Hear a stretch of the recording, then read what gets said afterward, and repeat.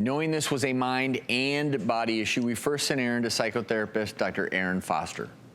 I am really glad you're here. Thank you. One of my goals is going to be helping her to identify and acknowledge that her relationship with food is also a problem, in addition to the exercise. What are you nervous about? Just getting it out in the open. What is the out in the open?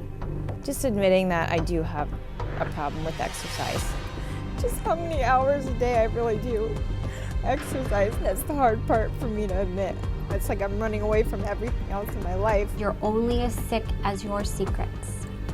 What is the secret that's keeping you sick right now?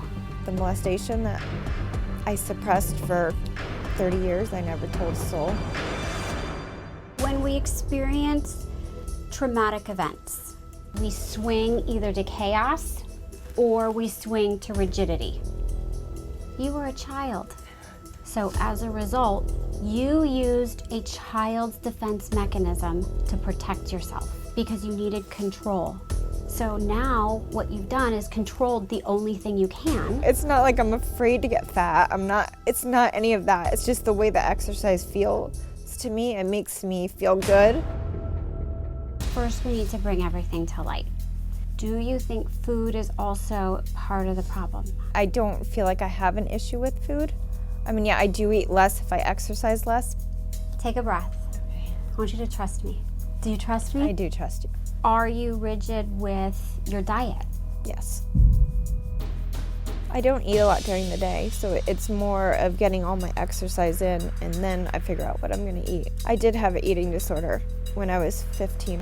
Being a gymnast, I mean, we were weighed every day and body fat tested, and you were judged on being in a leotard. Food is also part of this problem. So what did you just do right now? I faced my fear and told my secrets. Do you know how strong you have to be to do that? It's hard.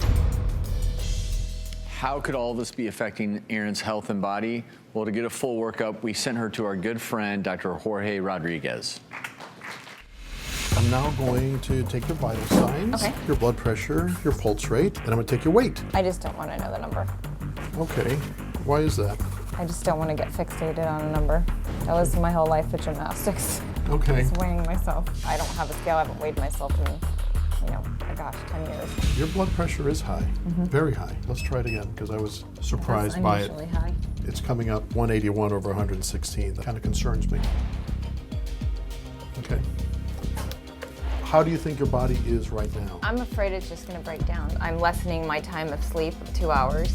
It's down to 2 hours. A day? I can work out 7-8 hours a day and it doesn't affect me.